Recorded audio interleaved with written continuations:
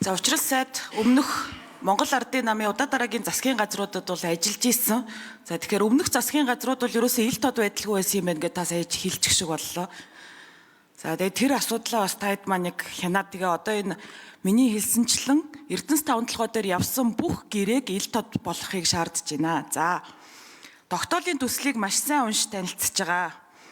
Энэ тогтоолын хэрэгжүүлэхдээ урт хугацааны гэрээний үндсэн дээр иж бүрэн цогцоор нь ашиглах талаар олборлолт, тээвэрлэлт, экспортыг гүйцэтгэгч, хамтрагч, хөрөнгө оруулагчдад санал болгож хилцэл хийх замаар энэ Эрдэнэс таван толгой ашиглагтаагүй орд газрыг эргэлтэнд оруулна гэдэг.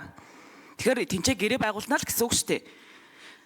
Тэгэд энэ Эрдэнэс таван толгойн бүлэг ордын ашиглагдаагүй байгаа хэсэг гэж яг юуг хэлээд байгаа юм бэ?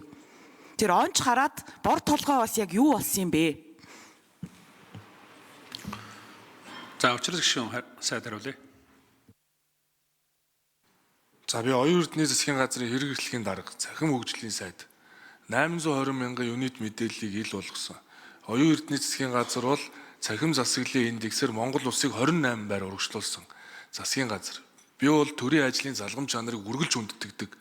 Засгийн газрын 4 жилийн үйл ажиллагааны хөтөлбөрөө би бас оюун эрдэнэ засгийн газрын хэрэг эрхлэхийн даргын хувьд ололт амжилттай ахиулаад урагшилж байгаа.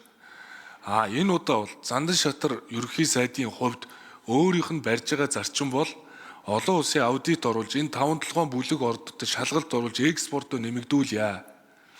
Цаашдаа энийг их хурлын тогтоолоор хамгаалж авъя.